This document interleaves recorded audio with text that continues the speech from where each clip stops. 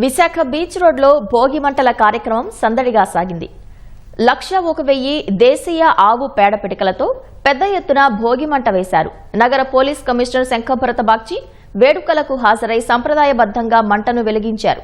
భక్తిపూర్వకంగా పిటికలను భోగి మంటల్లో సమర్పించారు. చిన్నపిల్లలకు భోగి పళ్లు పోసి ఆశీర్వదించారు. ఇతర ప్రాంతాల నుంచి వచ్చిన పర్యాటకులు, స్థానికులు పెద్ద ఎత్తున భోగి వేడుకల్లో పాల్గొన్నారు. మంటల చుట్టూ ఆటపాటలతో సందడి చేశారు. ఓకే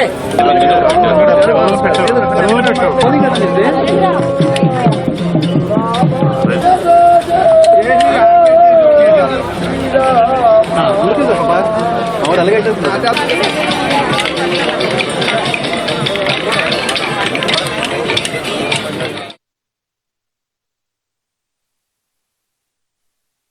100% ఆవు పిడకలతో భోగి మంటలు నేను ఎప్పుడు చూడలేదు.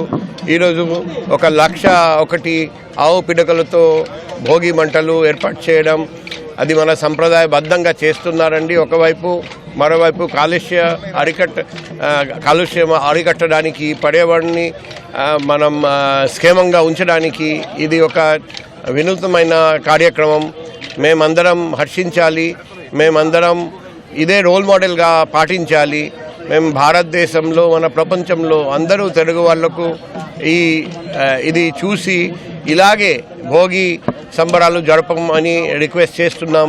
ఎందుకంటే మనం నేచర్ని ప్రొటెక్ట్ చేస్తే నేచర్ మనకు ప్రొటెక్షన్ ఇస్తుంది, లేకపోతే నేచర్ రివెంజ్ తీసుకుంటారని మనం అందరం గుర్తుపెట్టుకోవాలి.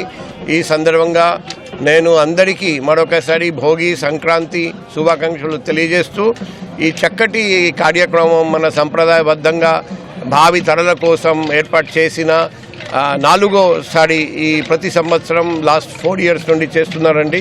4వసారి చేపట్టిన ఈ చక్కటి కార్యక్రమం చేపట్టిన గ్రీన్ క్లైమేట్ మరియు గో ఆధారిత సంస్థ మేనేజ్మెంట్ నిర్వాహకులందరికీ హృదయపూర్వక మనస్ఫూర్తిగా అభినందనలు, శుభాకాంక్షలు తెలియజేస్తున్నాం.